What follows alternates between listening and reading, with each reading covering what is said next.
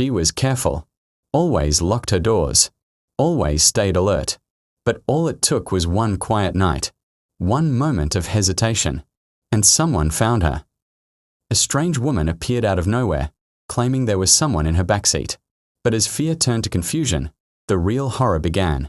What followed was a night of deception, terror, and something not entirely human. This is the chilling story of a trap set in the dark, and the evil that followed her home. I like to think that I take my personal safety very seriously. I don't stand too close to the road while waiting for the walk signal. I have my location shared with my sister and mom. I keep my wits about me when I'm out in public, and I try not to dawdle after getting into my car. If I had only been more diligent about that last rule, I might not be in the situation I'm in now. Early this morning, just after midnight, I was sitting in my parked car outside of my favorite grocery store. I was exhausted from picking up a friend's evening shift, and so I stopped to grab dinner on my way home from work. The store is in an isolated part of town, but I had never felt unsafe in the area. Then again, I'd never been so late at night. The second I exited the store with my purchase, the old cashier closed up shop for the night and turned off all the lights in the building. For some reason, I did something I never do. I started eating in my car. As a precaution, I try not to linger in isolated parking lots, especially as a young woman who often has to run errands after dark. Maybe it was the hunger, or maybe the fact that, due to a recent breakup, my house hasn't felt all that welcoming in the past few weeks. In any case, I was in no rush to return home. I pulled up an episode of The Terror on my phone and settled in to eat. I enjoyed a few minutes of blissful peace and quiet before a shout pierced through the night. I looked up from my phone and was surprised to find a woman standing in front of my car, waving her arms at me. My car was parked right in front of the store, facing towards the building, and there was only a thin sidewalk separating my vehicle from the store's exterior. I hadn't seen her coming at all. It was like she had emerged from the brick wall before me. She rounded my car, coming to a stop beside the driver's side window. She then started pointing at the ground, the universal signal for roll your window down. Fat chance, I thought. Though she looked sane and kempt, I had no clue what her intentions were. In fact, I felt pretty vindicated in always locking my car doors immediately after entering. The woman, perhaps seeing I was making no move to exit my vehicle, then told me something no one wants to hear. "Hey," she shouted, "there's someone in your backseat." My mouth went dry. Time seemed to slow as 1,000 horror movie scenes raced through my head. I could almost feel the piano wire digging into my neck, the barrel pressing into my temple. I undid my seatbelt and prepared to launch myself out of the car. Now that the intruder knew I was aware of their presence, would I even have enough time to run? With one hand on the door handle, I stole a glance into the rearview mirror and saw no one. My car is a compact hatchback, meaning there is very little room for a person to hide in my cabin. Even in my exhausted state, I would have noticed someone upon looking into the mirror. My terror fading to confusion, I turned around in my seat, surveying the cabin with my own eyes, and confirmed that there was no one in my backseat. Click. When I turned back around, the woman had taken another step closer to my car. Her body was barely a foot from my door and her fingers were wrapped around the handle. There were a few more deep clicks as she tried, unsuccessfully, to open the locked door. I raised my gaze, and she gave me an odd smile, as though she and I were sharing a private joke. For the first time, using the faint glow of the street lamp, I took a closer look at the woman's face. Her skin was stretched tightly across her skull, making her thin mouth and nostrils appear as though they'd been cut onto her. Her eyes were deep-set and ovate, and her teeth seemed both too small and too numerous. I allowed myself a brief moment to gawk at the face before me, and then I threw my car into reverse and hightailed it out of the lot. For a few disheartening seconds, the woman held onto the door, keeping in step with my vehicle as I backed up. Luckily, she soon let go, and I drove away, my mind racing with the realization that the woman was trying to bait me out of my car. Even more disturbing was the fact that it had almost worked. I wondered if she had others with her that I simply hadn't seen, and what she had wanted from me. I hoped I had narrowly escaped a robbery as opposed to something much more sinister. I got back to my house 20 minutes later. Still shaken from my encounter, I rushed inside the house and made sure that all of my doors and windows were locked. My exhaustion did little to soothe my nerves. My mind played tricks on me as I got ready for bed, conjuring up flashes of the woman's face in the dark corners of my house.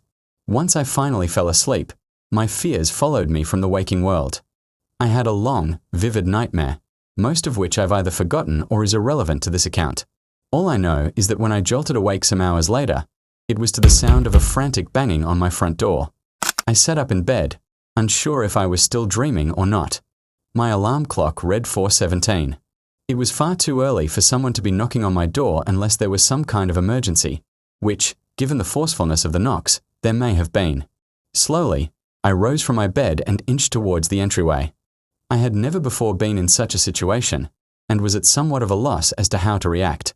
I didn't smell a fire, thankfully, but that didn't mean all was well. Suddenly, I heard a man's voice calling out my name in a questioning tone. It sounded vaguely familiar, but I couldn't immediately place it. "Who is it?" I called back. "Brian," answered the disembodied voice, and relief washed over me. My neighbor, Brian, lived in the house across the street. We weren't close exactly, but I often saw him walking down the block with his dog, Bailey. I turned on the entryway light, but as I was still in my sleepwear, I didn't want to open the door unless I had to. Instead, I called back to him. "What's the matter?" "Well," he began. I heard his voice crack, and he cleared his throat. "Do you have someone over right now?" "What?" I asked, my heart skipping a beat. "No, I don't." "Why do you ask?" "Well, the dog had to go out, and while I was in the yard with him, I thought I saw someone in your front window. Someone who didn't look quite right." I stilled, feeling as though I were in some terrible dream. Turning around and glancing down the dark hallway, I wished I had turned on more lights on my way to answer the door. "She followed you home," I thought. "She's in your house with you right now." I was ready to bolt out the door into the cold, but by some miracle, I had just enough presence of mind left to consider my neighbor's words more carefully. Something was wrong. I stepped away from the door. "Are you all right, Brian?" He cleared his throat again, and when he next spoke, his voice sounded slightly different from before, as though he were testing out a new timbre. "Of course, I just got a bit of a cold here, but I still wanted to check in on you." My voice wavered as I voiced a question to my neighbor. "But, your dog or your girl?" Brian didn't respond. My mind reeled in the torturous silence, trying to discern whether the threat was outside the door or inside the house with me. After a full minute of complete stillness, the handle to my front door began to move. It rotated downwards as far as it could before the lock stopped it, then shook as the person on the other side of my door pulled on the handle. This happened several more times as the person tested my lock, and then there was a powerful bang, as though someone had rammed into my door with all their might. After that, there was silence again. I stood frozen in place for another minute. I had no peephole, but I worked up the nerve to walk into the living room and peer through the blinds into my front yard.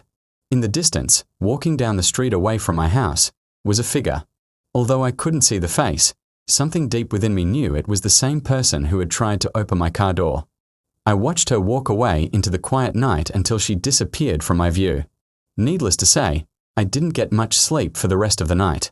I split my time between roaming the perimeter of my house, looking for anything suspicious, and sitting in my kitchen running the events of the night over in my mind. The most likely explanation was that I'd been dreaming.